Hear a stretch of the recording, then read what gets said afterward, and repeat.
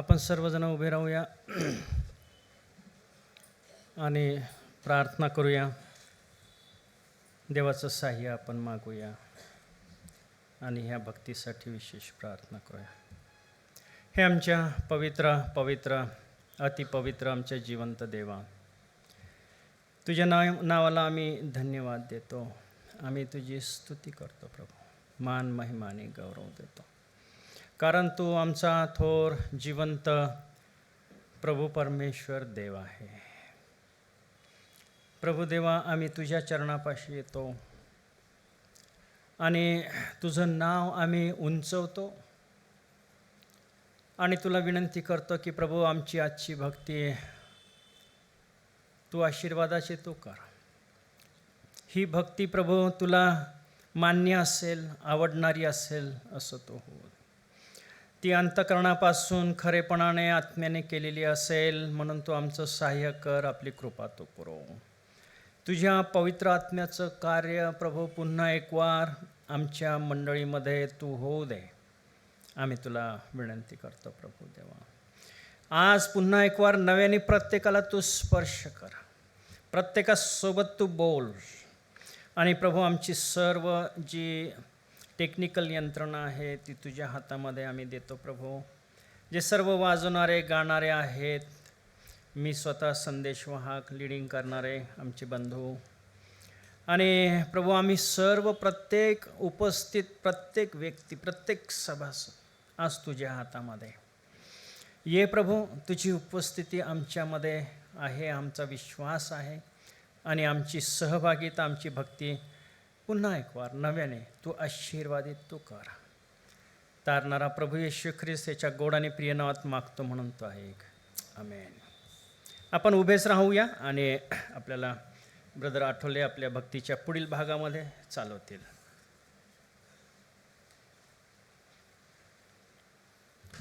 प्रभू येशूच्या प्रेमत नावात सर्वांना सलाम. आपण उभे असताना आज शास्त्रभाग वाचणार आहोत आणि आजच्या वाचनासाठी आपण काढूया स्तोत्रसंहिता 32 याचं वाचन आपण आळीपाळीने करणार आहोत आणि मी विनंती करतो मिसेस मीनाक्षी अवसरमोल समोर येतील आणि आपल्यासाठी ते वाचन करतील.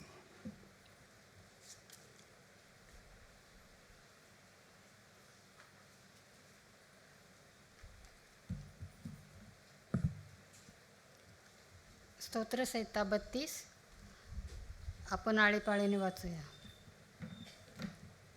ज्याच्या अपराधाची क्षमा झाली आहे, ज्याच्या पापावर पांघरून घातले आहे, तो धन्य.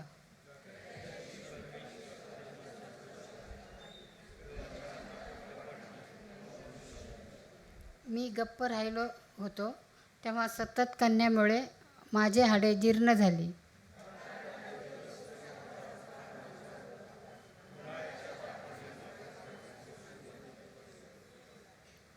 मी आपले पाप तुझ्याजवळ कबूल केले, मी आपली अनिती लपून ठेवली नाही.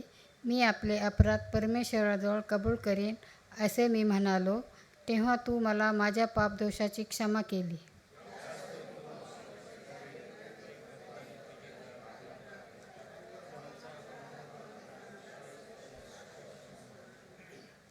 तू माझे आयुष्य आश्रयस्थान आहेस. तू संकटापासून माझे रक्षण करशील. मुक्ततेच्या स्तोत्रातून तू मला वेढीशील.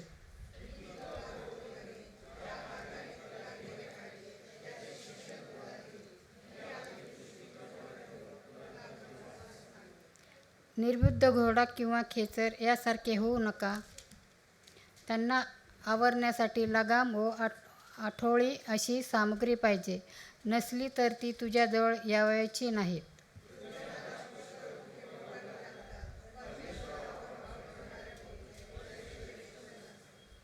अहो नीतिमानांनो, परमेश्वराच्या ठायी आनंद उत्सव करा. अहो सरळ मनाचे जन, तुम्ही सर्व आनंदाचा गजर करा. परमेश्वर वाचलेले वचने आशीर्वादित करा. आपण बसूया.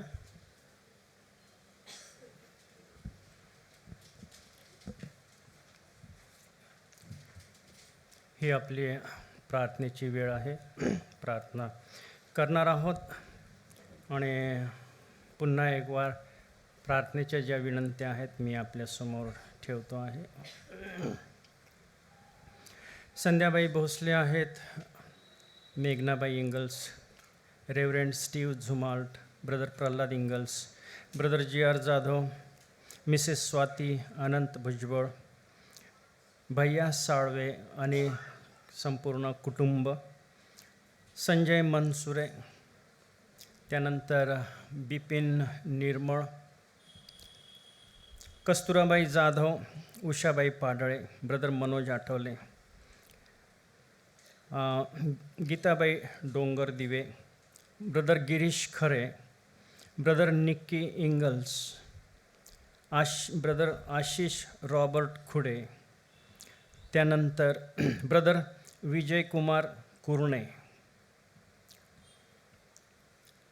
अनोश अवसरमोल परीक्षा आहे, त्यानंतर शीतल अवसरमोल, चेतन सोनावणे परीक्षा आहे, प्रीती जाधव आणि सुमंगलाबाई जाधव, या सर्व प्रियजनांसाठी आपण प्रार्थना करू. त्यानंतर मिड महाराष्ट्र प्रांत आणि सर्व पाळक लोक आणि भारत सरकार आणि धर्मांतर विरोधी कायदा अंमलात येऊ नये यासाठी प्रार्थना करू. वाढदिवस जे झालेले आहेत त्यांच्यासाठी आपण प्रार्थना करणार आहोत. Kumari Reshmi Yangad, brother Sumit Sushil Dongardive, brother Baburao Barde, brother Steven Nade, brother Padmakar Bhosale आणि ब्रदर राहुल पाटोळे यांचे वाढदिवस झालेले आहेत. तुम्हा सर्वांना वाढदिवस सुखाचे जाओ. देवबाप तुम्हा सर्वांना आशीर्वाद देव. यावेळेला आपण प्रार्थना करणार आहोत आणि ज्या कोणाला सामील व्हायचं आहे किंवा त्यांची काही पर्सनल विनंती असेल तर तुम्ही येऊ शकता. मोरे सिस्टर देखील आहे. ब्रदर संजय बोर्डे हे परदेशामध्ये असतात पण त्यांनी प्रार्थनेची विनंती केलेली आहे.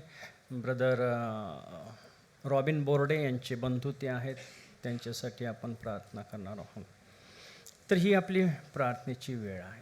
माझ्यासोबत तुम्ही देखील प्रार्थनेमध्ये सामील असा, प्रार्थना करा. आपल्या सर्व विनंत्या, गरजा, सुखदुःख आपण देवाजवळ घेऊन जात आहोत. हे आमच्या पवित्र अतिपवित्र आमच्या जिवंत देवा, तुझ्या नावाला आम्ही धन्यवाद देतो, मान महिमा आणि गौरव देतो.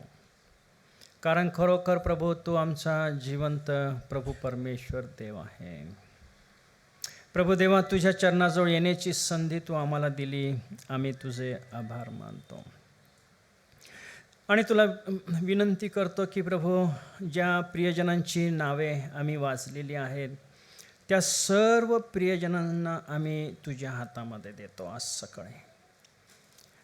त्यामधील काही दवाखान्यामध्ये आहे, काहींना सुट्टी झालेली आहे, काहींच्या परीक्षा आहेत आणि काही अजूनही आजारी आहेत, दुखापत झालेली आहे आणि त्यांना प्रभू आज तुझ्या स्पर्शाची गरज आहे. आम्ही अति कळकळीने विनंती करतो की प्रभू, त्यांच्या गरजेप्रमाणे त्यांना तू दे, सहाय्य कर, कृपा पुरव त्यांना प्रभू. त्या दुखनाईतामधून तू आपल्या पायावर स्थिर आणि खंबीर असं तू उभं कर प्रभू देवा. त्या सर्वांना आम्ही तुझ्याजवळ घेऊन येतो प्रभू देवा. आज सकाळी प्रभू जे या ठिकाणी उपस्थित आहेत, जे उभे आहेत, जे आज वेदीवर येऊन आपलं मन मोकळं करीत आहेत, प्रार्थना करीत आहेत, त्या प्रत्येकाला तू आशीर्वाद तू दे आज सकाळी. त्या प्रत्येकाची जी विनंती आहे, गरज आहे प्रभू, ही तू ऑलरेडी जाणतोस. आम्ही तुला विनंती करतो हात जोडून की त्यांना त्या परिस्थितीमधून, त्यांच्या आजारामधून, संकटामधून तू बाहेर काढ प्रभू देवा. प्रभू देवा, ज्या प्रियजनांची नावं आम्ही वाचलेली आहेत, ज्यांचे वाढदिवस झालेले आहेत, त्यांना तू आशीर्वाद तू दे, दीर्घ आयुष्य तू दे.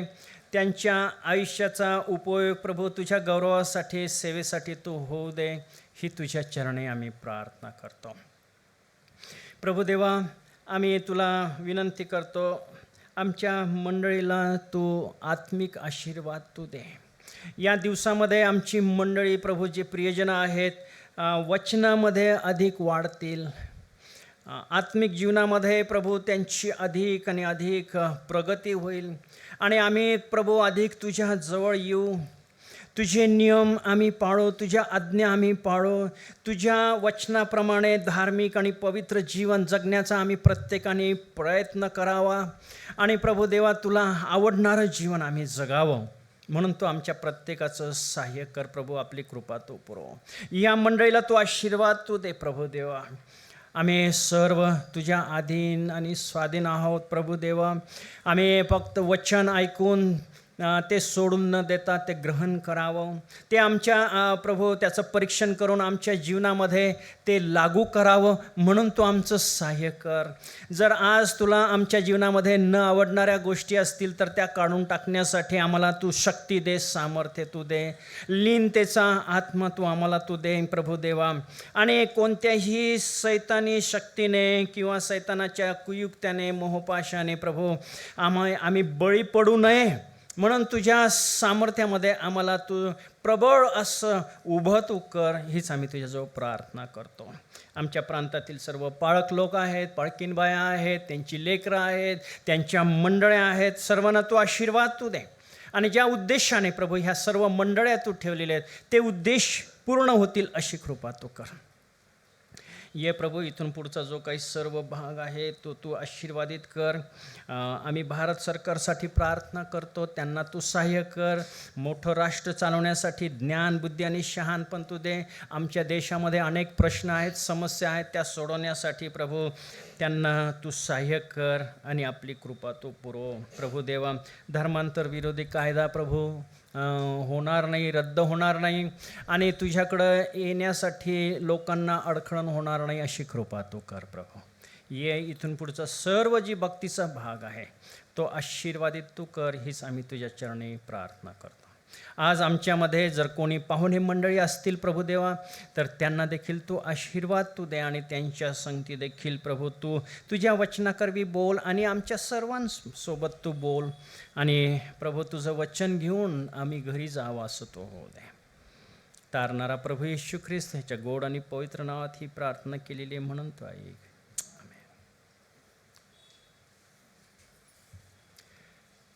आपण आपल्या भक्तीच्या पुढील भागामध्ये जाऊ आणि ब्रदर आठवले आपल्याला मार्गदर्शन.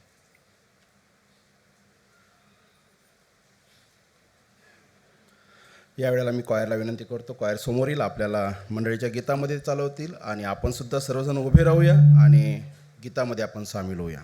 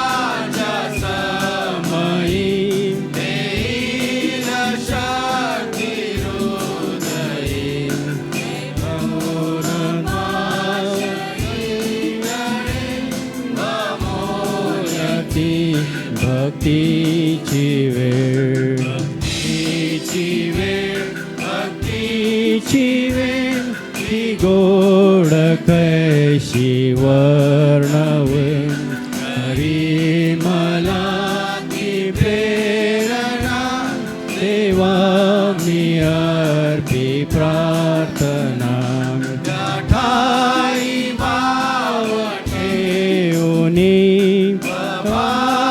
सर्व टाकुनी आनंद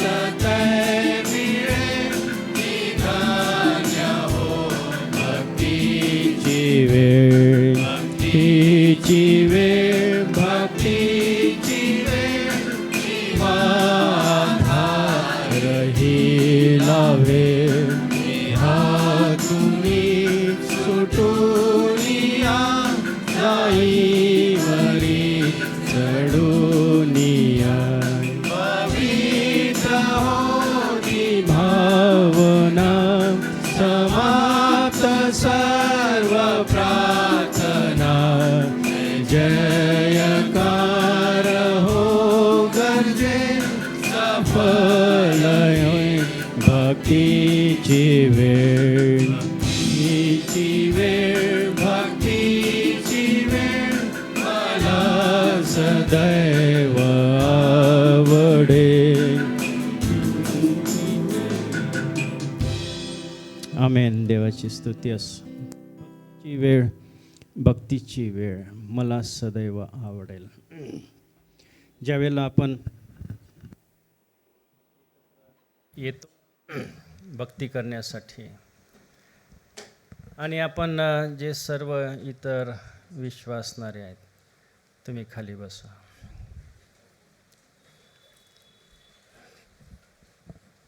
जे आपण सर्व विश्वासणारे आहोत, आपण ज्यावेळेला एकत्र येतो, भेटतो, एकत्र रीतीने आम्ही प्रार्थना करतो, गीते गातो, देवाचं स्तवन आम्ही करतो, एकत्र मिळून आम्ही देवाचं वचन ऐकतो. ती जी वेळ आहे आणि ही जी भक्ती आहे, ही आपल्याला दुसरीकडं कुठं मिळू शकेल का? खंडाकडे पाहिजे नाही, कुठंच नाही.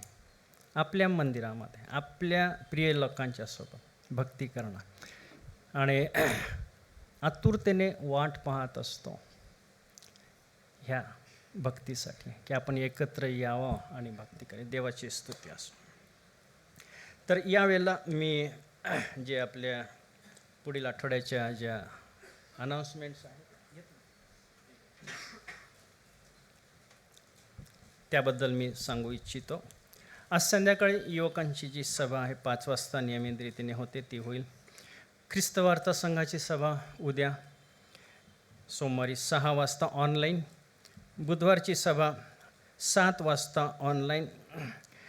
त्यानंतर पुन्हा सांगायचं की 21 सप्टेंबर ही आपली WRTची बायबल क्विज आणि खूप मेहनत घेत आहेत, अभ्यास करत आहेत सर्वजण. देवाची स्तुती असो.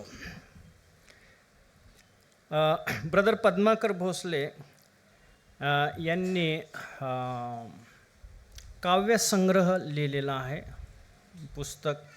आणि त्यांचा जो मुलगा होता, आज आपल्या जगामध्ये नाही, आपल्यामध्ये नाही, पण त्यांनीही कविता लिहिलेली आहे आणि गिफ्टेड फॅमिली आहे. तर मागील बुधवारी त्या पुस्तकाचं ओपनिंग झालं, उद्घाटन झालं. तर आज ते पुस्तक आपल्याला चर्च सुटल्यानंतर उपलब्ध राहतील.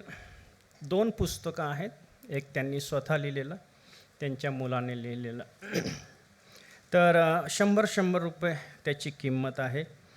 पण त्यांनी मला फोन करून सांगितलं की आज फक्त चर्च सुटल्यानंतर, संध्याकाळी पण नाही, आज चर्च सुटल्यानंतर त्या 2 पुस्तकांची किंमत जी 200 रुपये आहे त्याच्यावर 50 रुपये डिस्काउंट आहे आणि ते 150 रुपयामध्ये ते 2 पुस्तकं मिळतील. काव्यसंग्रह आहे, कविता आहेत, गीते आहेत, सुंदर. तर तुम्ही अवश्य घ्या. त्यांनी पुष्कळ मेहनत केलेली आहे. बऱ्याच वर्षांपासून ते लिखाण करीत होते आणि त्यांनी ते पूर्ण केलेलं आहे. देवाची स्तुती असो. तर आज चर्च सुटल्यानंतर हे 2 पुस्तकं आपल्याजवळ आपल्याला उपलब्ध राहतील.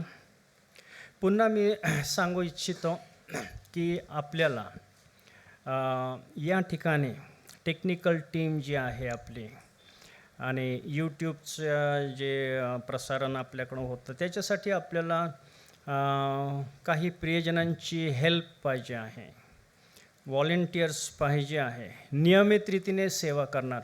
ही एक सेवा आहे मंडळीमध्ये. आपल्याला हा एक सेवेचा भाग आहे, अतिशय महत्त्वाचा आहे. मागील रविवारी काहीतरी बिघाड झाला आपल्या कम्प्युटरमध्ये आणि ते होऊ शकलं नाही. आठवड्याभरामध्ये कितीतरी लोकांचे मेसेजेस आले, फोन आले की आम्हाला पाहायला मिळालं नाही. तर सांगायचं तात्पर्य हे आहे की ही सेवा आहे आणि जास्तीत जास्त लोकांपर्यंत देवाचं वचन जावं, आपली भक्ती जावी, त्यांना त्याचा आत्मिक लाभ घडावा.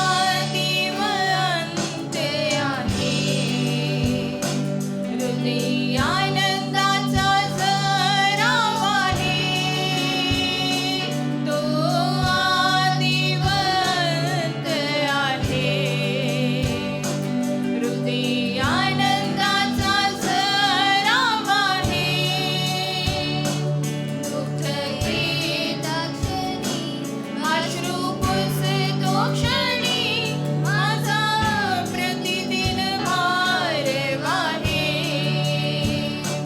दुःख येता क्षणी अश्रू पुसतो क्षणी माझा प्रतिदिन भार वाहे.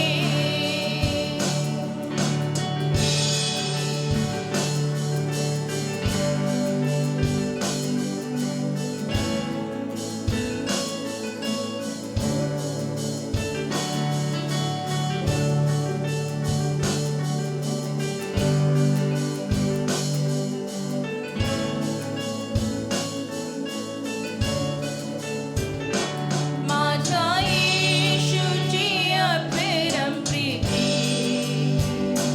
मला नाही कशाची भीती. माझ्या येशूची अप्रतिम प्रीती मला नाही कशाची भीती. क्लेश संकट मरण नग्नता उपोषण ख्रिस्तासंगी विजय प्राप्ती. क्लेश संकट मरण नग्नता उपोषण ख्रिस्तासंगी विजय प्राप्ती. माझा येशू मला प्रिय फार. या जीवनात तोच आधार. माझा येशू मला प्रिय फार. या जीवनात तोच आधार. आपत्तीत विपत्तीत या जीवन यात्रेत तो कधी न मला सोडणार. आपत्तीत विपत्तीत या जीवन यात्रेत तो कधी न मला सोडणार. तो कधी न मला सोडणार. तो कधी न मला सोडणार.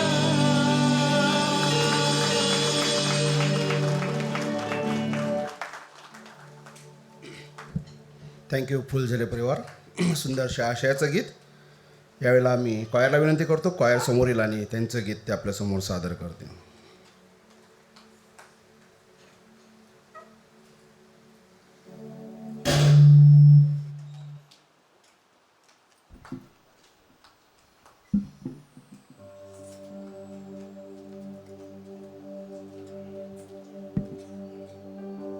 हालेलुया. प्रभु यीशु मसीह नासरी के नाम में आप सबको प्रेमी सलाम. इस सुंदर से समय के लिए हम परमेश्वर को धन्यवाद देंगे. ये सुंदर सा अवसर परमेश्वर ने हमको दिया कि हम मिलकर उसकी स्तुति, उसकी उपासना, उसकी आराधना करें. हम परमेश्वर के नाम की महिमा के लिए गीत गाने जा रहे हैं.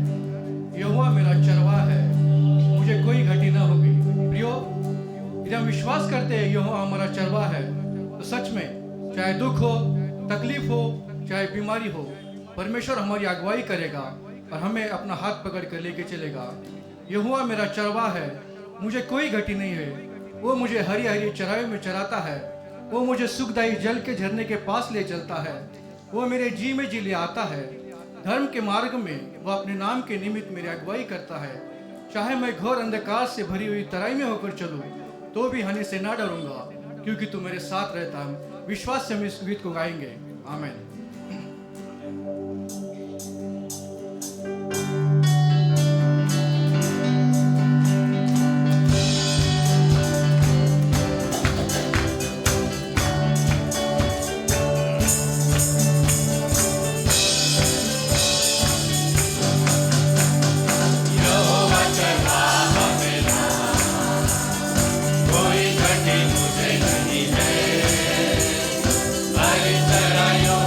मुझे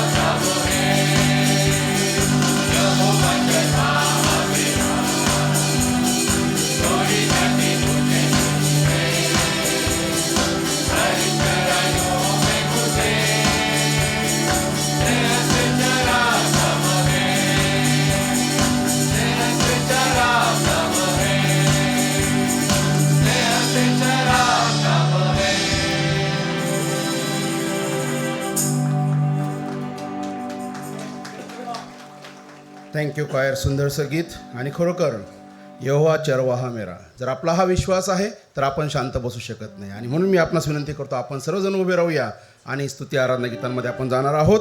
हे होत असताना आपण आपलं दान दशांश आपली वर्गणी आपण प्रभूला सादर करणार आहोत. घेण्यासाठी मी विनंती करतो मिस्टर मिसेस नीना अशोक मनोहर हे आपल्याला वर्गणी घेण्यासाठी मदत करतील. आपण सर्वजण उभे राहूया आणि आनंदाने गीतामध्ये आपण सामील होऊया.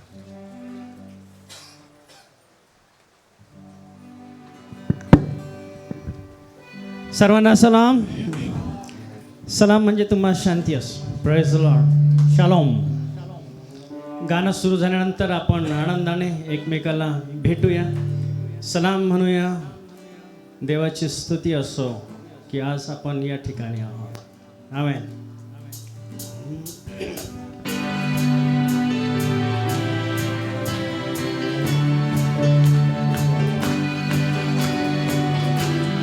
सलाम.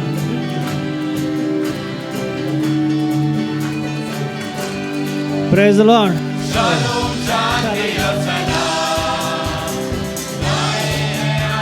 बापरे. Praise the Lord. सलाम.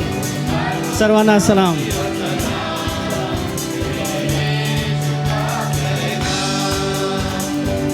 सलाम. Praise the Lord.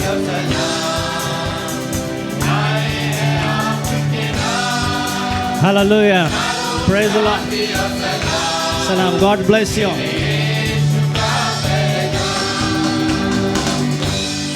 Salam. Hallelujah. Salam. Salam. Praise the Lord. Praise the Lord.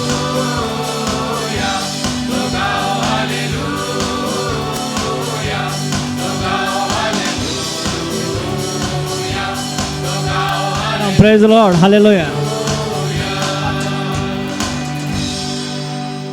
Salam. Praise the Lord. Hallelujah. देवाची स्तुती असो. तारक तो, सामर्थ तो, येशू देव युगयुग आहे. तो काल, आज आणि युगानुग एकसा आहे. तो आपल्या निवडलेल्या लोकांसाठी त्यांच्या जीवनामध्ये अद्भुत चमत्कार करतो. तो सर्वशक्तिमान परमेश्वर आहे. तर आपण मिळून आनंदाने हे गीत गाऊया. तारक तो, सामर्थ देव, येशू देव युगयुग आहे. हालेलुया.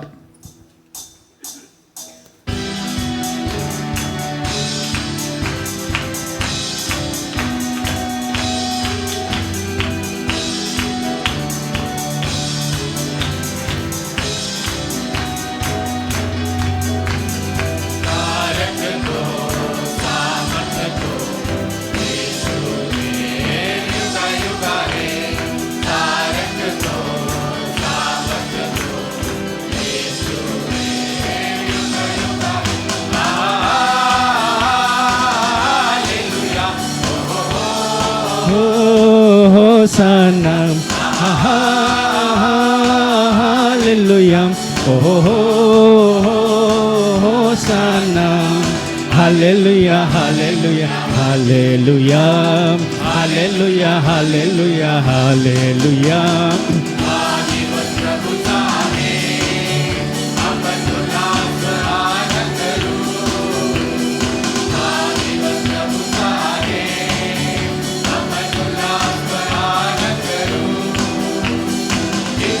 थोरनो दे अपना दिले.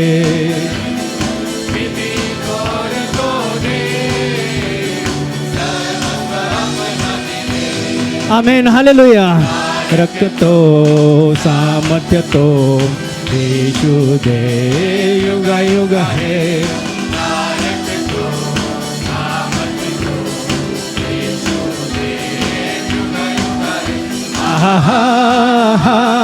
हालेलुया. हो सन सर्वांनी हालेलुया. हो सनम.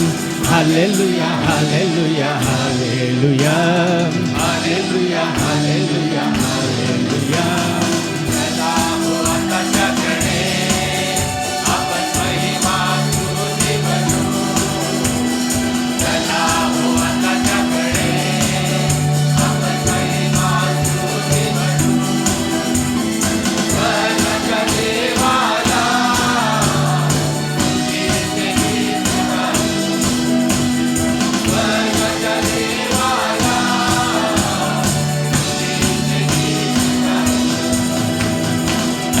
रखतो सामर्थ्य तो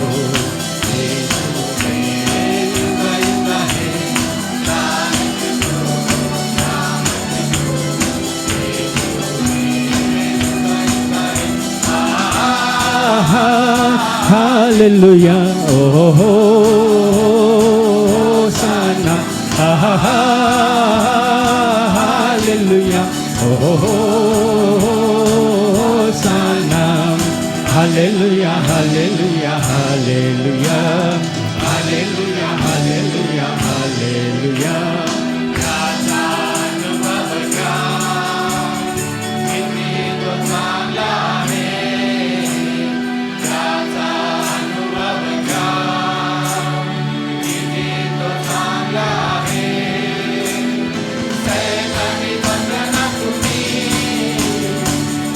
मला सोडविते सैतानी बंधनातुनी आपणाला सोडविते आमेन praise lord हरकतो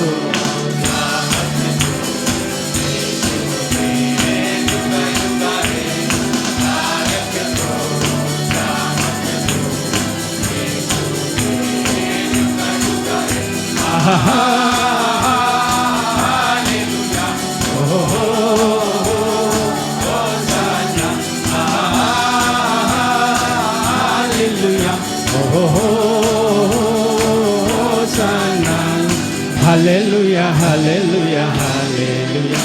Amen. Hallelujah, hallelujah, hallelujah. Amen. Praise the Lord.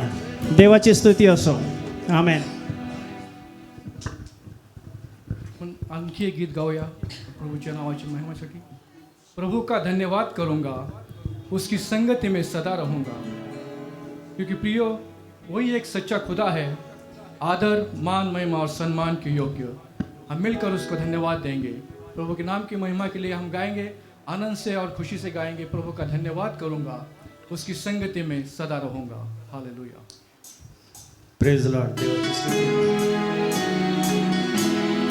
सगळ्यांनी टाळ्या वाजून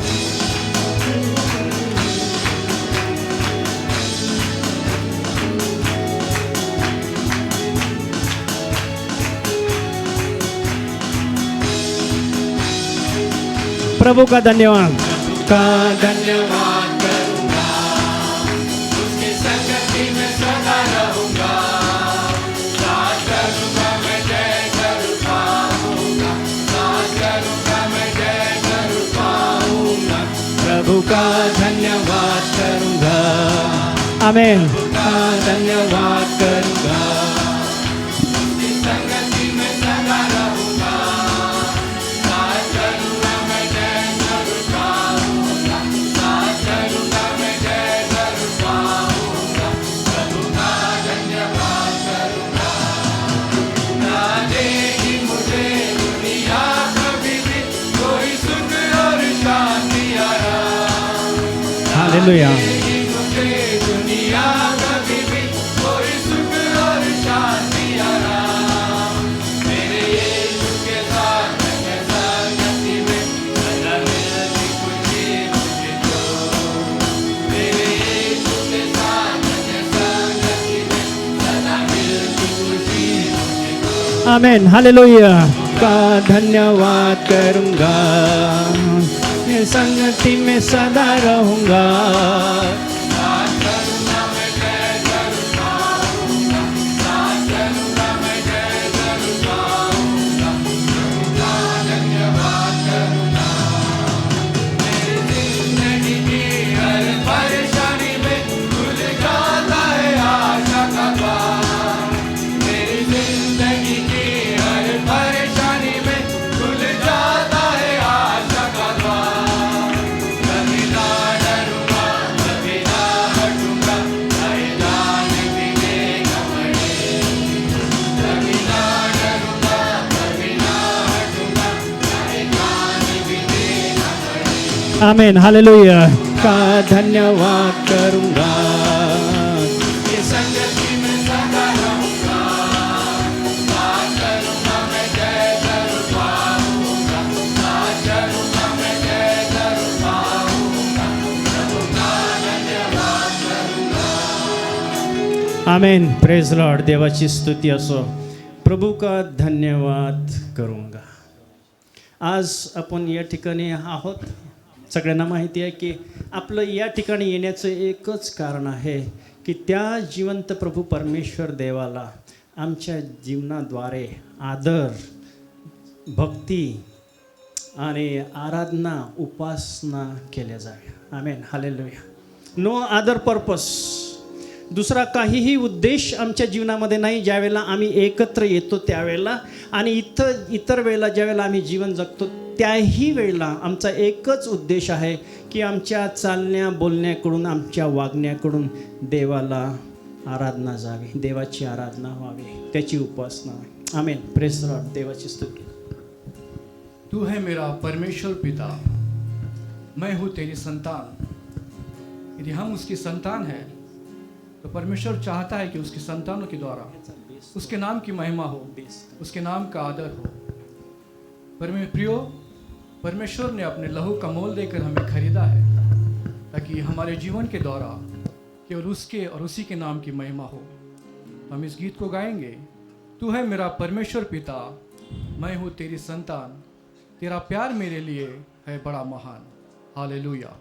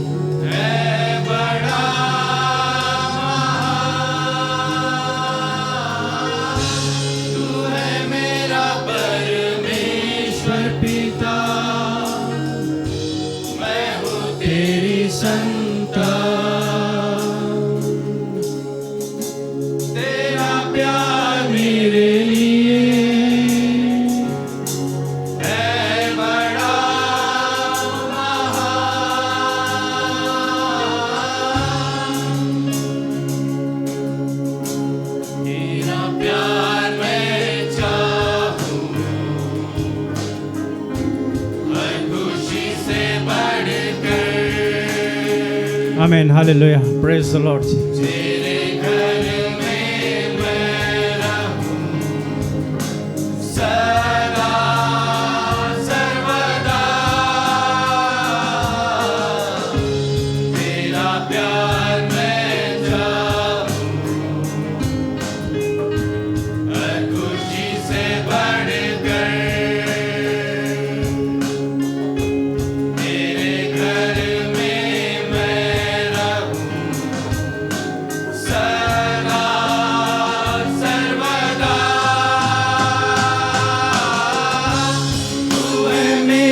परमेश्वर पिता,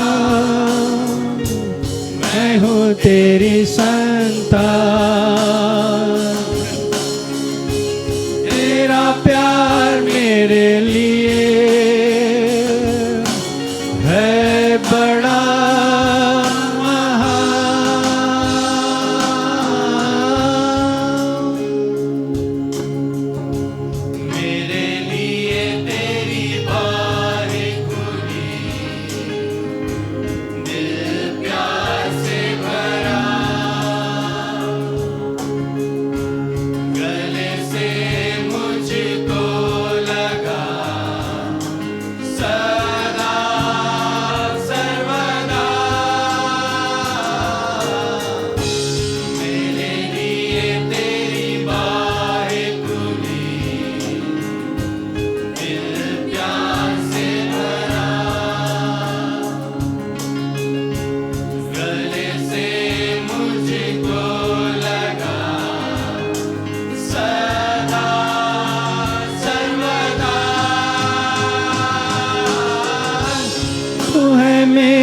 परमेश्वर परमेश्वर पिता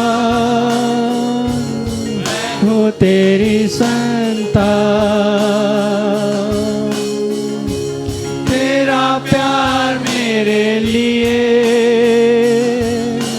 है बड़ा महान। है मेरा परमेश्वर पिता,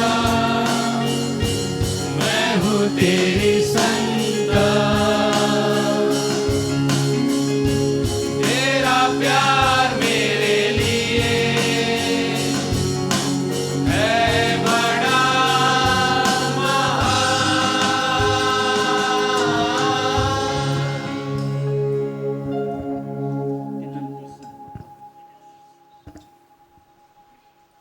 आपण आपल्या मानाखाली झुकूया, आपले डोळे बंद करूया. हे आमच्या सेनाधीश प्रभू परमेश्वरा, आकाश व पृथ्वीचे उत्पन्न करते देवा, खरोखर देवाप्पा तुझ्या नावाला मी मान, महिमा आणि गौरव सदोतीत देत आहोत प्रभुराया.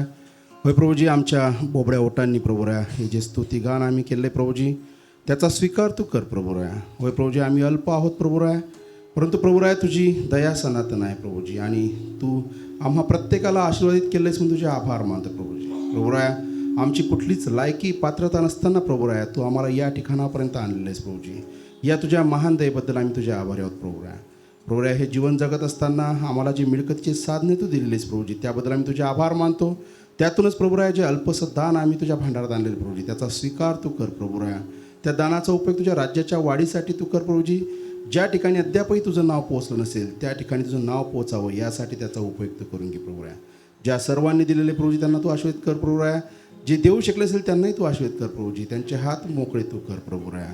पुन्हा एक वर्ष बाप्पा तुझ्या या संधीबद्दल, तू दिलेल्या या महान दयेबद्दल आम्ही तुझे आभार मानतो प्रभुराया. जे वचन आमच्याकडे येणारे तू आशीर्वाद कर प्रभूजी. सांगणारे तुझे सेवक त्यांना तुझ्या हातामध्ये आम्ही सोपवतो प्रभुराया. त्या वचनाचा स्वीकार करण्यासाठी आमच्या अंतःकरणाचे द्वार आम्ही उघडावे, त्यानुसार आम्ही चालावं, वागावं आणि बोलावं यासाठी प्रभुराया आमच्या प्रत्येकाचं सहाय्य तू कर Prabhuji.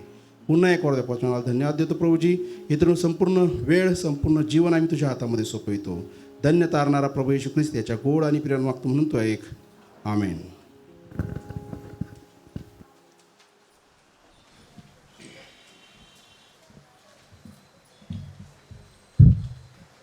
Thank you choir, thank you all musicians, technical team आणि वर्गणी घेणाऱ्या सर्वांचे आभार मानतो. यावेळेला आपले संडे स्कूलचे लेकरं संडे स्कूलमध्ये शांततेमध्ये जातील आपल्या टीचर्ससोबत.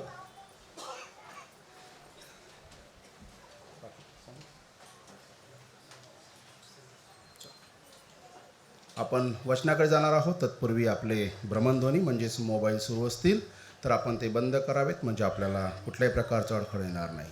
पुढील वेळ मी पाळेसाहेबांच्या हातामध्ये सोपवितो.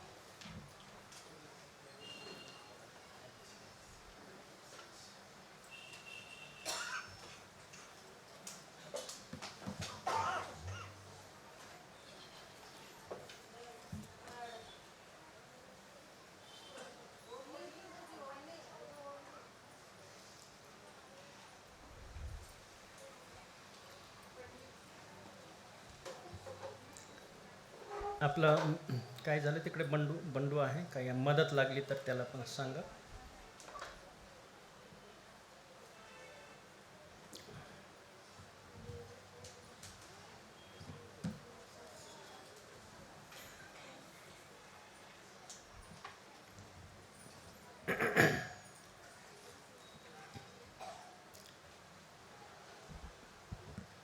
आपण काही आठवड्यापासून जी महाभयंकर पातके जी आहे, डेडली सिन्स जे आहे त्याच्याबद्दल आपण विचार करीत आहोत, शिकत आहोत. आणि ते का डेडली सिन्स आहेत, महाभयंकर पापे ते का आहेत, आणि त्याच्या कशा रीतीने त्याचा परिणाम आपल्या आत्मिक जीवनावर होऊ शकतो हे आपण बघत आहोत. आणि पुष्कळांना त्याचा आत्मिक लाभ होत आहे. मला स्वतःला देखील होतो, कारण तुम्हाला सांगण्या अगोदर ते मला सांगतो. आणि देव माझ्याशी बोलतो. आणि अशा रीतीने आपण आत्मिक जीवनामध्ये आपली प्रगती व्हावी, जे आपले दुर्गुण आहेत ते खुंटल्या जावेत, ते नाहीसे व्हावेत, जे चांगले गुण आहेत त्याची वाढ व्हावी, हा त्याच्या पाठीमागचा उद्देश आहे. तर आपण आता उजळणी घेऊया जी आपण मागच्या वेळेला घेतली होती. पहिलं जे पाप आहे आपण बघितलं ते कोणतं होतं? राग. दुसरं लोभ. नंतर हेवा. नंतर गर्व. नंतर वासना. नंतर खादाडपणा. आणि जर काही लोक आज जर नवीन असतील तर त्यांच्या माहितीस्तव पहिले 5 जे महाभयंकर पातके ज्याचा आम्ही अभ्यास केला, संदेश ऐकले, ते यूट्यूबवर आहे. पण क्षमा करा, मागच्या रविवारी ते प्रक्षेपण होऊ शकलं नाही आणि मला वाटतं आज पण ते होत नाही आहे. रेकॉर्डिंग होत आहे आणि ते नंतर अपलोड केल्या जाईल. दिलगिरी व्यक्त करतो. आपला जो कम्प्युटर आहे हा आजारी झालेला आहे आणि इतका आजारी झालेला आहे की डॉक्टरने सांगितलं की कदाचित हा जिवंत होणार नाही.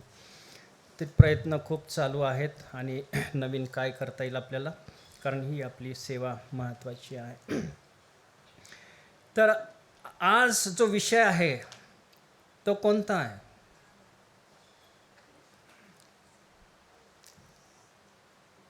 सांगता येईल का? कारण ही सिरीज मागे आपण काही वर्षांपूर्वी घेतली ती. कोणाच्या लक्षात आहे का? आळशीपणा. तुम्ही चांगलं ऐकलेलं आहे मागचे संदेश. गुड. आळशीपणा हे पाप आहे आणि ते का पाप आहे आपण बघणार आहोत. मी माझं मत नाही सांगत, बायबल काय शिकवतं त्याबद्दल हे आपण बघणार आहोत.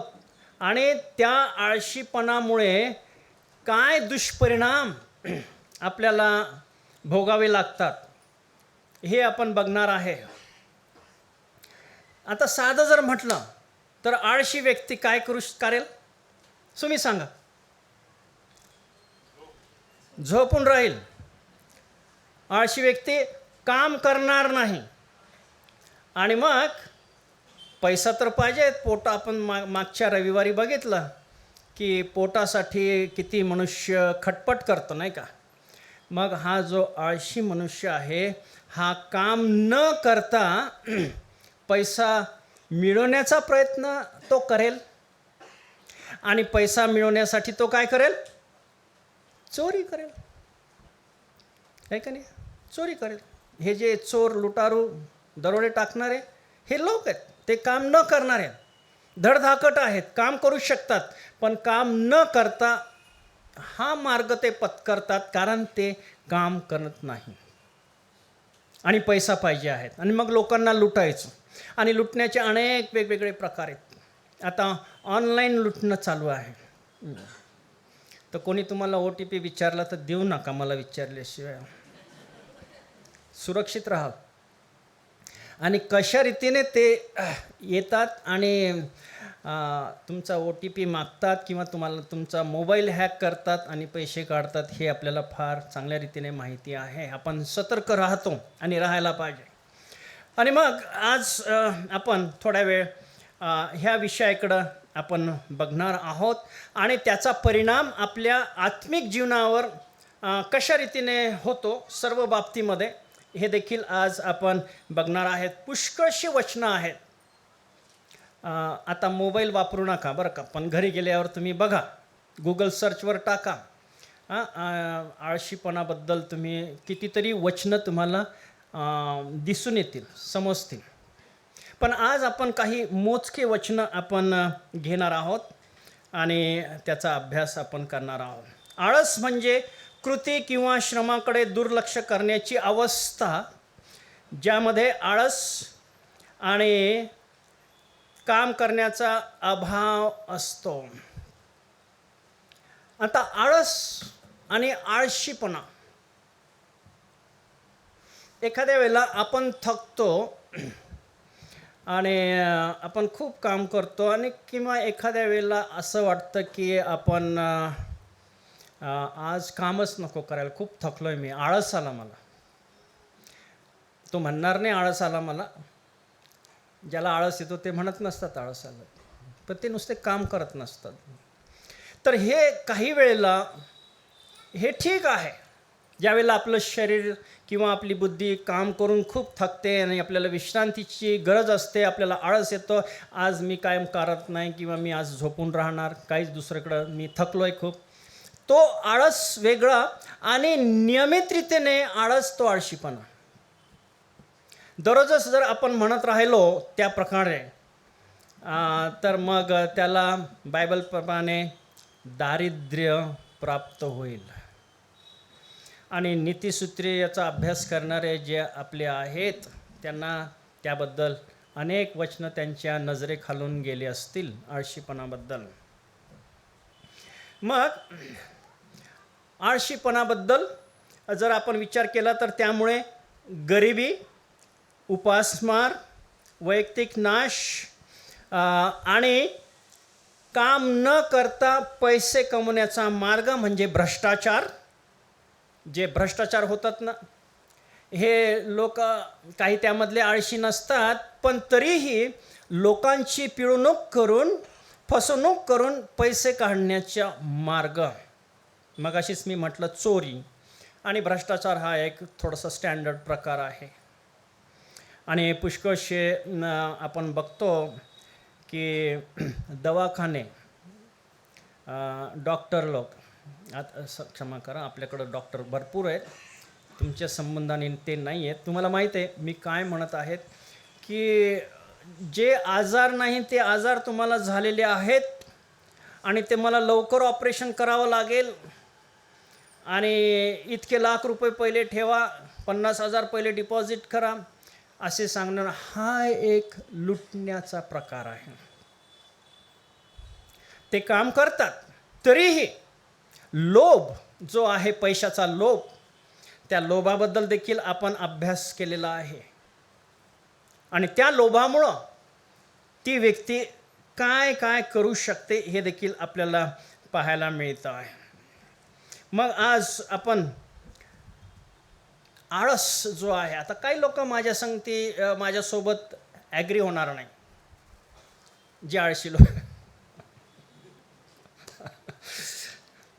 मला माहीत नाही आपल्यातले किती आळशी आहेत, पण ज्याने त्याने परीक्षण करावं. पण ॲग्री तुम्ही माझ्याबरोबर व्हा किंवा नका हो, आपण बायबलमधूनच बघणार आहोत.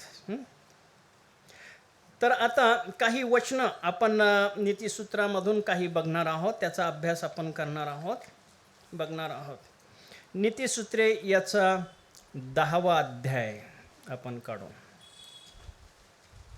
सर्वांनी बायबल आणलेला आहे सेलच. चर्चला येताना कृपा करून बायबल आणत जा. मोबाईल नाही आणला तर चालेल, पण बायबल आणा. 10वा अध्याय आणि 4थं वचन जे आहे, सैल हाताने काम करणारा दरिद्री होतो, परंतु उद्योगाचा हात धन मिळवतो. उद्योगाचा हात धन मिळवतो म्हणजे काम करण्यासाठी बायबल आपल्याला प्रवृत्त करत आहे. काम करण्यासाठी, श्रम करण्यासाठी. श्रम करा, काम करा, पैसा मिळवा आणि तो पैसा तुमच्यासाठी तर आहेच, पण विशेष करून देवाच्या कार्यासाठी तुम्ही द्या. गोर गरीब, अनाथ, विधवा यांची काळजी तुम्ही घ्या. आणि म्हणून परिश्रम करणं आणि पैसा कमवणं हे बायबल आपल्याला शिकवत आहे. आणि जर आपण काम केलं नाही तर कोणीही आपल्याला पैसा तसा आणून देणार नाही. संकटामध्ये एखाद्या 2 वेळेला मदत करतील, पण नेहमी तुम्हाला पोचणार नाहीत ते. शेवटी आपल्याला काम करावं लागतं आहे. माझ्या भाषांतरामध्ये जरा निराळं भाषांतर आहे, म्हणून मी ते मुद्दाम हे केलेलं आहे, लिहिलेलं आहे. नीतिसूत्रे 10:4. आळशी हात दारिद्र्य आणतो, पण कष्टाळूचा हात श्रीमंत करतो, म्हणजे पैसा देतो आहे. नीतिसूत्रे 19वा अध्याय आणि 15वं वचन आपण बघू. नीतिसूत्रे 19 आणि 15. आळस घोर निद्रेत लोटतो, रिकामा फिरणारा उपाशी मरतो. आता ही जी वचनं आहेत शलोमोन राजाने लिहिलेली, ही एवढी सत्य आहे. आज देखील कित्येक हजारो वर्षापूर्वी लिहिलेली ती वचनं आज देखील ती काय आहे, सत्य आहेत. माझ्या भाषांतरामध्ये आळस गाढ झोप आणतो आणि आळशी जीवाला भूक लागते. आळशी जीवाला भूक लागते. काही वचनं जे आहेत ते आपण सर्व बघू शकणार नाही आज, पण पुन्हा एकवार रोमकरासपत्र 12वा अध्याय आणि 11वं वचन. रोमकरासपत्र 12वा अध्याय आणि 11वं वचन ते आहे. आस्थेविषयी मंद असू नका, आत्म्यात उत्सुक असा, प्रभूची सेवा करा. माझ्या ट्रान्सलेशनमध्ये आवेशामध्ये आळशी होऊ नका, तिथं मंद हा शब्द आहे आणि आस्थेविषयी म्हटलेलं आहे. ते इथं म्हटलेलं आहे दुसऱ्या मराठी भाषांतरामध्ये, आवेशात आळशी होऊ नका, आत्म्यात उत्साही राहा. आत्म्यामध्ये उत्साही राहा आणि पुढे प्रभूची सेवा करा.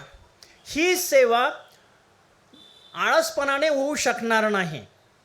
तुम्हाला आणि मला ॲक्टिव्ह मंदिरामध्ये, ॲक्टिव्ह मंडळीमध्ये ॲक्टिव्ह राहणं हे आपल्याला जर राहायचं आहे तर आपल्याला जो आळस आहे हा आळस झटकून देणं गरजेचं आहे.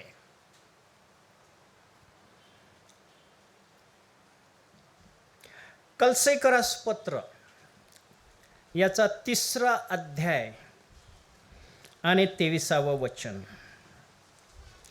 कलसेकरास पत्र 3रा अध्याय आणि 23वं वचन. आणि जे काही तुम्ही करता ते माणसांसाठी म्हणून करू नका, तर प्रभूसाठी म्हणून जीवेभावे करा. आता करण्याची जी क्रिया आहे म्हणजे तुम्ही सेवा करा. माझ्या भाषांतरामध्ये तुम्ही जे काही कराल ते मनापासून करा, जणू काही प्रभूचे काम करण्यासाठी तुम्ही ते माणसांसाठी नव्हे तर प्रभूचे काम करण्यासाठी ते करा.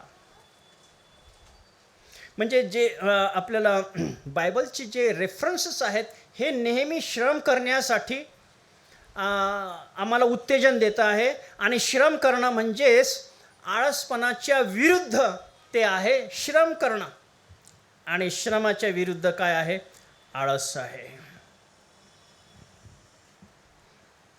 आता नीतिसूत्रे याचा 6वा अध्याय. आज आपण जास्त वचन बघणार आहोत आणि त्या वचनामधूनच आपण समजून घेणार आहोत. नीतिसूत्रे याचा 6वा अध्याय 6 ते 11 ही वचनं. 6वा अध्याय 6 ते 11 मी वाचतो आपल्यासाठी माईकमधून. अरे आळशा,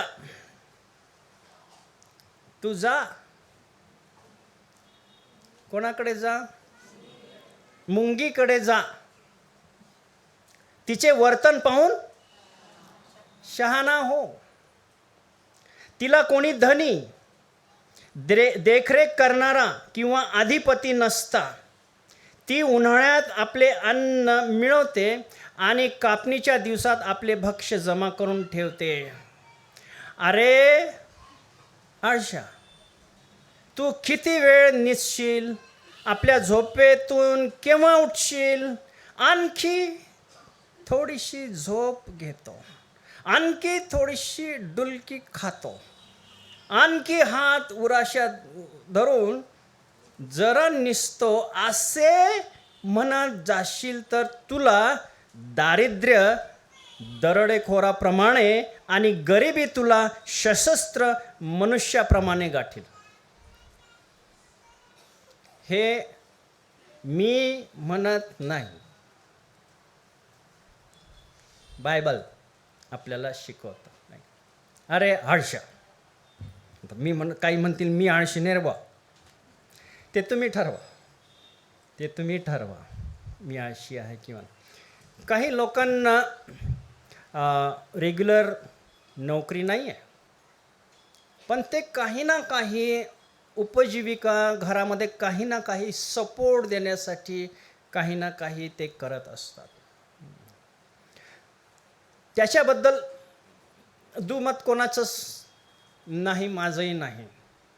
आजकाल पुष्कळ कुटुंबामध्ये आपल्या ज्या स्त्रिया आहेत, बहिणी आहेत, त्या काम करतात आणि मग जे पती आहेत ते दुसऱ्या जबाबदाऱ्या पार पाडतात. लेकरांना नेणं आणणं, पत्नीला नेणं आणणं, घरामध्ये लक्ष देणं, सर्व गोष्टी करतात. काम करतात, ते चांगली गोष्ट आहे, करावे.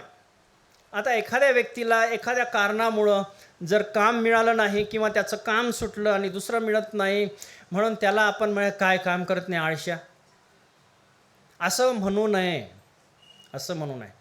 त्यांचं कुटुंबामध्ये काही ना काही कॉन्ट्रीब्युशन असायला पाहिजे, हे मात्र खरं आहे आणि ते करतात. मी पुष्कळांच्या जीवनाकडं बघितलेलं आहे.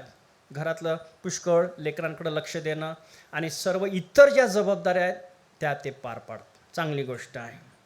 पण जी मुंगी आहे, त्या मुंगीचं जे गुणधर्म आहे ते गुणधर्म लक्षामध्ये घेताना आपण ते बघूया की तिचं जे वर्तन आहे ते पहा. त्या मुंगीकडं लक्ष दे, ऑब्झर्व कर, त्या किती काम करणारे आहेत. आणि जर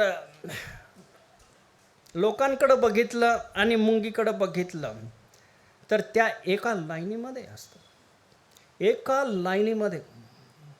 आपल्या लोकांकडं जर बघितलं तर मात्र ते काही एका लाईनीमध्ये येत नाही. आणि आपण कुठं लाईनीमध्ये उभं असलं तर भलताच पुढे येतो. आत्ताच अनुभव आला, लाईनीत ओव्हरटेक करून पुढे. म्हणजे जे शिस्त आहे, जे शिष्टाचार आहेत, काही नाही, फक्त स्वार्थी झालेले आहेत की माझं काम पहिले व्हावं, मला पहिले खायला मिळावं. पण इथं काय म्हटलेलं आहे, ही जी मुंगी आहे तिला कोणी धनी नाही आहे असं म्हटलेलं आहे. देखरेख करणारा किंवा अधिपती नसता ती उन्हाळ्यात आपले अन्न मिळवते आणि कापणीच्या दिवसात आपले भक्ष्य जमा करून ठेवते. ही मुंगी किती लहान तो एक प्राणी आहे, किती लहान मुंगी, धनी नाही आहे, पण देवाने उपजत असं काही तिला दिलेलं आहे त्या मुंगीला, शिस्तबद्ध. मागे आता बरेच कधी त्या यूट्यूबवर येतात तर आता जे सिग्नल्स काही चालतात, काही नाही चालत, कोणी लक्ष देत नाही त्याच्याकडं, कधीतरी चालू असतात. त्याच्यावरून एकदा काय झालं मी सांगतो. परदेशातली एक व्यक्ती आपल्याकडं आली, औरंगाबादात आली एअरपोर्टवर, आणि मी घ्यायला गेलो काही वर्षांपूर्वी, 2-4 वर्ष झाली असतील. आणि ती व्यक्ती मुंबईला आणि इतर काही ठिकाणी गेली होती. आणि मग मी एअरपोर्टवरून त्यांना चर्चकडे घेऊन येत होतो. एक इथं सेमिनार होतं त्या निमित्ताने. आणि मला फार लाज वाटत होती आपली ट्रॅफिक पाहून, कारण मी अमेरिकेत 7 वर्ष राहिलो, तिकडची ट्रॅफिक आणि इकडचं हे. तर मला राहावलं. मी म्हटलं आमचे काही लोक आहे ना ट्रॅफिकचे रूलच पाळत नाहीत. म्हटलं काय, म्हटलं बेशिस्त, असं मी म्हटलं माझं समाधान करण्यासाठी. त्या व्यक्तीने काय म्हणावं, डू यू हॅव रूल्स, तुम्हाला नियम आहेत का?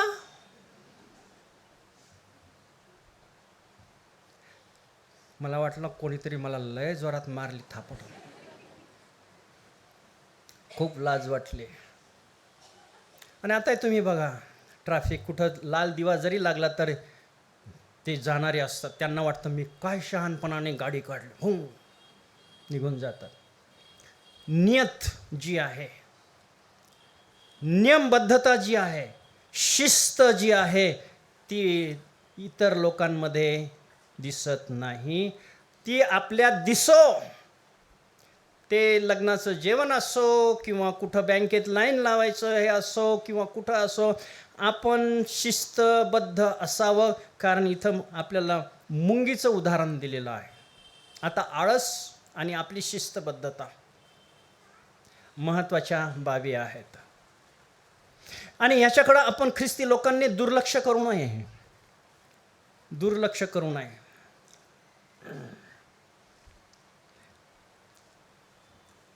मग अजून काही आपण बघणार आहोत. मत्तई शुभवर्तमान याचा आपण 25वा अध्याय काढू. मत्तई शुभवर्तमान 25 आणि 26 पासून मी काय करतो की हा रुपयाचा दृष्टांत आहे आणि हा फार मोठा आहे. आपली बहुतेकांना ते माहिती आहे. तुमच्याजवळ तुमची बायबल उघडे, क्षमा करा मला थोडं.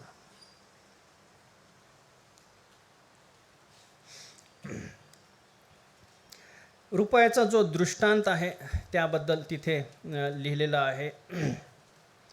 काहींना 5,000 त्या धन्याने दिलेलं आहे आणि ज्याला 5,000 दिलं त्याने त्याच्यावर व्यवसाय केला, बिझनेस केला. तो काय आहे, काम करणारा आहे. त्याने मेहनत घेतली, श्रम घेतले आणि म्हणून त्याच्या धन्याने म्हटले, शाबास भल्या व विश्वासू दासा, तू थोडक्याविषयी विश्वासू झालास, मी तुझी पुष्कळांवर नेमणूक करीन. ये आपल्या धनाचे सुख भोगण्यासाठी तू ये.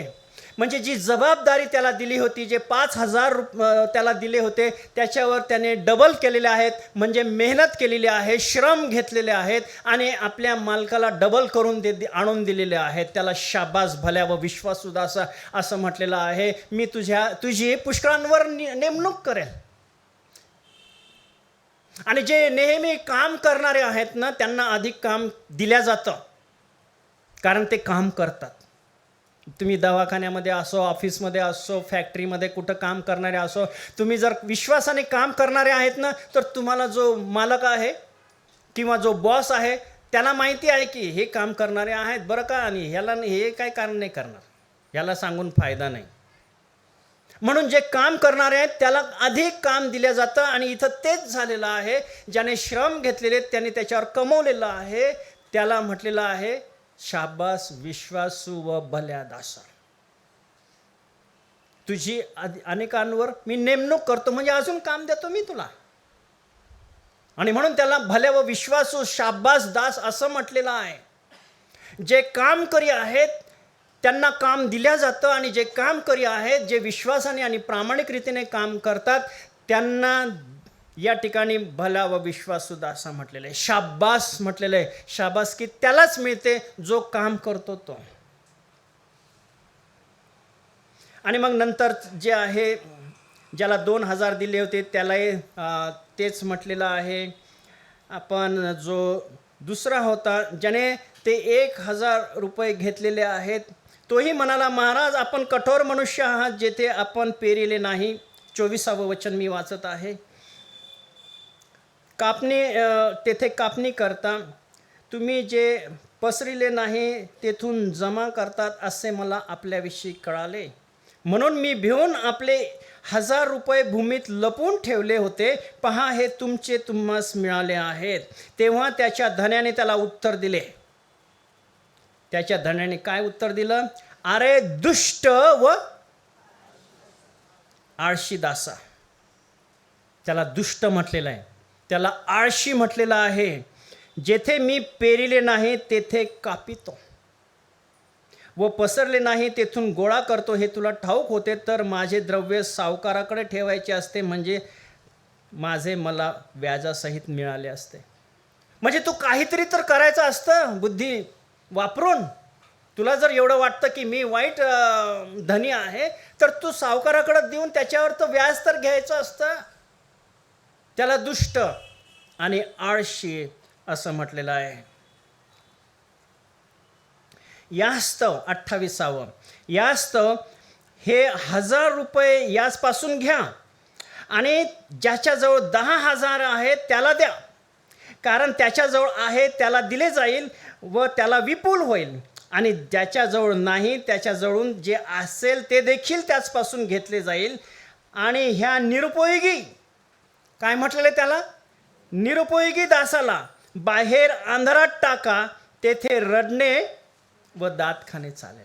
निरुपयोगी, युजलेस, काही त्याचा उपयोग नाही असा ह्याला बांधा टाका तिथं, तेथे रडणे व दात खाणे आहे. आळशी लोकांबद्दल आहेत. हे सांगत असताना एक उदाहरण मला आठवलं. आता हे कदाचित तुम्ही माझ्याकडून कदाचित बायबल स्टडीला म्हणा किंवा कुठं ना कुठं कधीतरी ऐकलं असेल, पण काही नवीन लोक आहेत आज, आणि कदाचित आपलं ज्या वेळेला यूट्यूबवर जाईल त्यावेळेला कदाचित ते ऐकतील. 2 बैल होते आणि एक बैल काय म्हणाला की अरे यार म्हणे, आज मी काही कामाला येत नाही म्हणे शेतामध्ये, तू एकटाच जा म्हणे शेतामध्ये. मग हा बैल म्हणाला ठीक आहे बाबा म्हणे, मी एकटा जातो. मग तो एकटा बैल गेला. ही काल्पनिक गोष्ट आहे, आपल्याला त्याच्यातून मॉरल आहे. आणि मग हा बैल इकडं मस्त सताड झोपला दिवसभर, आणि जो बैल होता श्रम करणारा तो गेला शेतामध्ये. त्याने खूप काम केलं आणि संध्याकाळी तो घरी आला. मग हा घरी जो झोपलेला होता, आराम करत होता, तो उठून म्हणाला, का रे वा, मालक माझ्याबद्दल काही बोलला का मालक? तर काही नाही बाबा. अरे वा. दुसरा दिवस आला.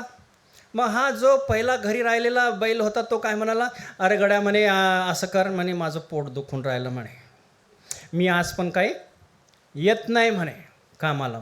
बरं ठीक आहे म्हणे, मी जातो. हा बैल गेला एकटा आणि शेतामध्ये काम केलं, खूप कष्ट घेतले. संध्याकाळी थकून बागून घरी आला. मग घरी आल्यानंतर हा जो घरी होता तो त्याला म्हणाला, अरे मित्रा, मालकाने काही माझ्याबद्दल विचारलं का रे बा? नाही म्हणे, काहीच नाही. अरे वा, क्या लाईफ है, क्या जिंदगी है. तिसरा दिवस आला. मग हा म्हणाला, जो घरी राहिला होता तो सोकावला. तो म्हणाला, अरे आज माझं डोकं दुखून राहिलं. जे कारण कधी कधी आपण देतो. आणि म्हणे, मी आज पण काही येत नाही म्हणे, तू एकटाच जा म्हणे. मग ठीक आहे म्हणे, गेला हा बैल बिचारा. त्याने मेहनत घेतली, खूप कष्ट केले शेतामध्ये, आणि घरी आला. आल्याबरोबर हा जो घरी होता तो म्हणाला, अरे वा, मालकाने काही विचारलं का म्हणे माझ्याबद्दल? म्हणजे काही नाही विचारलं. पण विचारलं काही नाही, पण आपला मालक शेजारचा जो खाटीक होता त्याच्यासोबत बोलत होता म्हणे, मला दिसलं म्हणे, तो बोलत होता. मग चौथा दिवस आला. मग हा जो श्रम करणारा जो बैल होता तो म्हणे, अरे गड्या म्हणे, तू विश्रांती घे, मी चाललो म्हणे कामाला. अरे नाही म्हणे, थांब म्हणे, मला येऊ दे. नाहीतर माझं काय होईल म्हणे, तो खाटकाला विकेल आणि खाटीक माझं काय करेल. आणि जे बंद झालेलं होतं ते सुरू झालेलं आहे.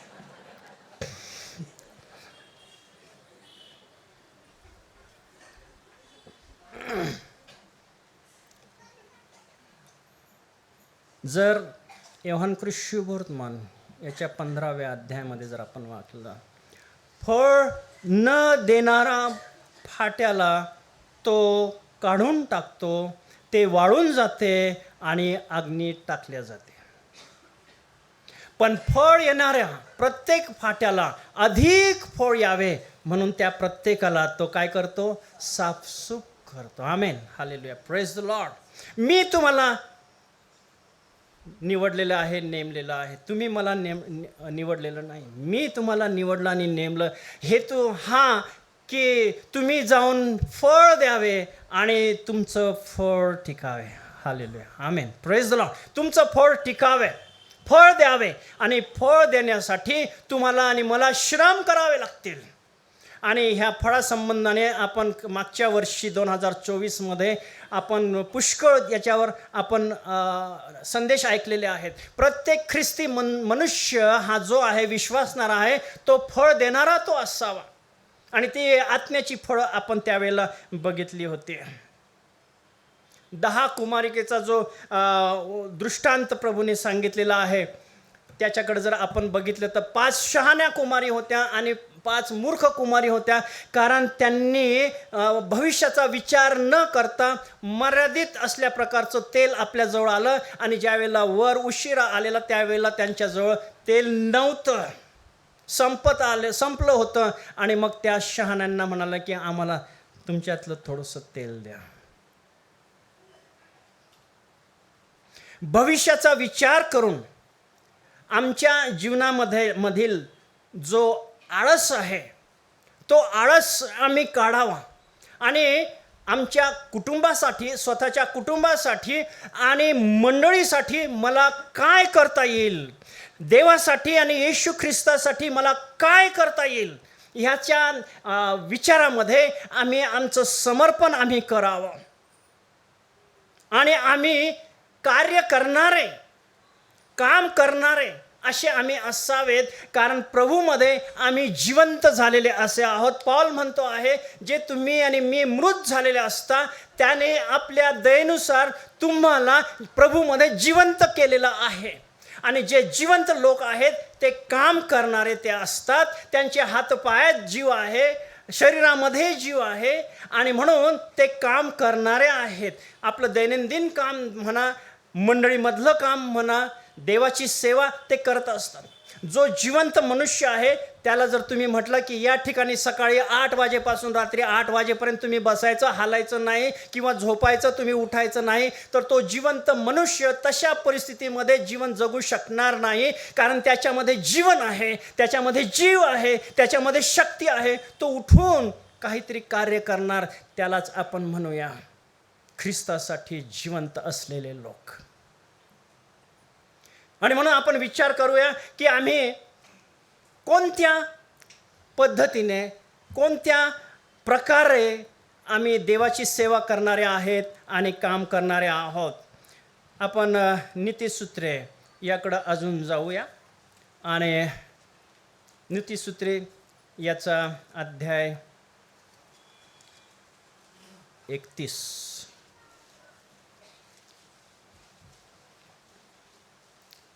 नीतिसूत्रे अध्याय 31. सद्गुणी स्त्री कोणाला प्राप्त होते, तिचे मोल मोत्याहून अधिक आहे. आमेन. मी आता हे सुरुवातीचं वाचत नाही, तुम्हाला ते माहिती आहे, तुम्ही वाचून घ्या. पण 26 पासून मी पुढे वाचतो. तिच्या तोंडात सुज्ञतेचे बोल निघतात, तोंडातून, क्षमा करा. तिच्या जिभेच्या ठाई दयेचे शिक्षण असते. ती आपल्या कुटुंबाच्या आचार विचारांकडे लक्ष देते. ती बोला, आमेन. ती आळशी बसून अन्न खात नाही. तिची मुले उठून तिला धन्य म्हणतात. तिचा नवराही उठून तिची प्रशंसा करून म्हणतो, तू बहुत स्त्रियांनी सद्गुण दाखवले आहेत, पण तू त्या सर्वाहून वरचढ आहे. सौंदर्य भुलवणारे आहे व लावण्य व्यर्थ आहे. परमेश्वराचे भय बाळगणाऱ्या स्त्रीची प्रशंसा होते. आमेन. तिच्या हातचे श्रमफल तिला लाभू द्या. तिच्या कृत्यांनी भरवेशीत तिची प्रशंसा हो. आमेन. देवाची स्तुती असो. आता काही म्हणतील की हे स्त्रीबद्दल लिहिलेलं आहे पाळक साहेब. बरोबर आहे. पण तुम्ही स्तोत्रसंहिता आणि नीतिसूत्रे याचा जर अभ्यास केला तर तिथे सद्गुणी पुरुषाबद्दल पण आहे. सद्गुणी पुरुष ज्या प्रकारे इथं लिहिलेलं तसं लिहिलेलं नाही आहे, पण सद्गुणी पुरुषाबद्दल तसं लिहिलेलं आहे.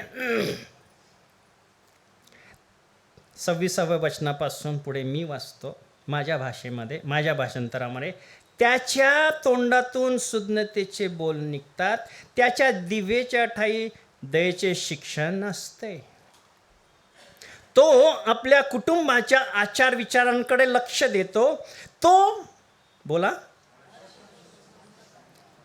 आमेन. त्याची मुले उठून त्याला धन्य म्हणतात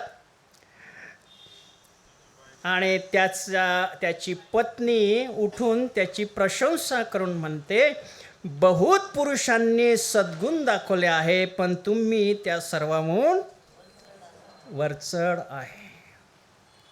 होईल का असं? व्हायला पाहिजे का नाही? हो. हॅलो, झोप आली का? हॅलो, हात दाखवा मला पाठीमागून. ओके. देवाची स्तुती असो. पुढे 30व्या वचनाची दुसरी लाईन, परमेश्वराचे भय बाळगणाऱ्या पुरुषाची प्रशंसा होते. आता तुम्ही म्हणाल हे इथं लिहिलेलं नाही, तुम्ही तुमचे शब्द घातलेले आहेत, पण मला सांगू द्या पुन्हा एक वार. तुम्ही स्तोत्रसंहितेचा अभ्यास करा, नीतिसूत्राचा अभ्यास करा आणि पुरुषांबद्दल किती सद्गुण लिहिलेले आहेत ते त्याची यादी तुम्ही करा. तुम्हाला नवल वाटेल. पण ह्या ठिकाणी सद्गुणी स्त्री विशेषतः म्हटलेलं आहे. म्हणून प्रियांनो, हा जो आळस आहे, हा आळस एक प्रकारचं ते पाप आहे आणि ते महाभयंकर पाप आहे, कारण त्यामुळं होणारे दुष्परिणाम आपल्याला पाहायला मिळतात. आपण पुढे जाऊया. थेसलनिकाकरास पत्र, लवकर थोडक्यात मी संपवतो. दुसरे थेसलनिकाकरास पत्र 3 अध्याय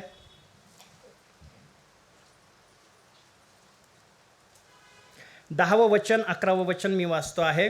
आम्ही तुमच्या जवळ होतो तेव्हाही कोणाला काम करण्याची इच्छा नसली तर त्याने काय करू नये?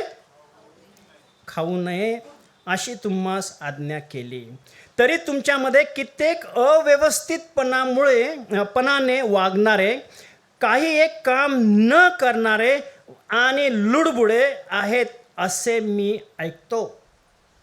हे पॉल थेसलनिकाकरास पत्रामध्ये लिहिलेलं आहे. काम न करणारे काय करतात? लुडबुडे करतात. लुडबुड म्हणजे ढवळाढवळ मध्ये मध्ये कुठं करत असतात, कारण त्यांना दुसरं काम नाही आहे, हेच काम आहे. हे पॉल थेसलनिका येथील मंडळीला लिहित आहे. मग जर आपण जर म्हणालं की मी काम करणार नाही, तर इथं काय म्हटलेलं आहे? डोंट ईट, खाऊ नका. म्हणजे प्रत्येकाने काम करणं गरजेचं आहे. मत्तेकृत शुभवर्तमान याचा 25वा अध्याय आपण काढू. मत्ते 25.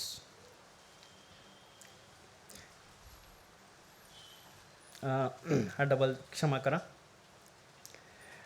कलसेकरास पत्र याचा 3रा अध्याय आपण काढू.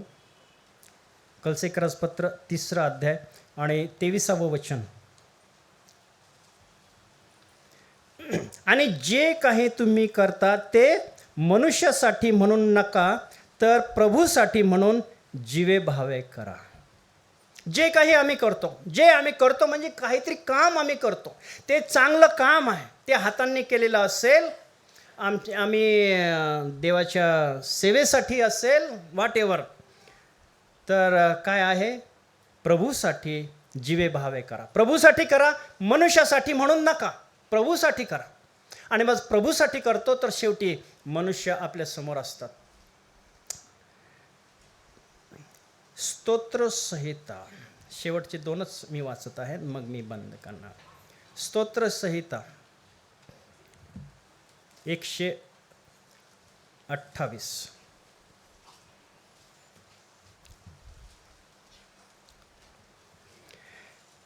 धन्य तो पुरुष जो परमेश्वराचे भय धरतो, जो त्याच्याच मार्गाने चालतो. तू काय कर, मुला, आपल्या श्रमाचे फळ खाशील, तू सुखी होशील, तुझे कल्याण होईल. केव्हा? ज्यावेळेला तू श्रम करशील त्यावेळेला. आमेन. Praise the lord. तू आपल्या श्रमाचे फळ खाशील. श्रम केले तरच फळ मिळेल, आपोआप मिळणार नाही. आणि मग पुढे काय आशीर्वाद आहे, तू सुखी होशील, तुझे कल्याण होईल, तुझ्या माझघरात तुझी स्त्री जणू काय द्राक्षीच्या सफल वेलीसारखी होईल, तुझी मुले तुझ्या मेजाभोवती जैतुनाच्या रोप्यासारखे होतील. पहा, परमेश्वराचे भय धरणारा पुरुष याप्रमाणे आशीर्वाद पावेल. शेवटचं वचन तिमोथेला 2 पत्र 2 अध्याय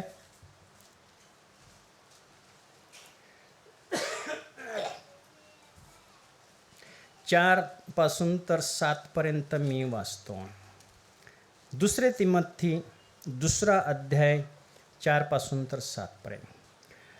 लढाई करणारा इसम संसाराच्या कार्यात गुंतत नाही.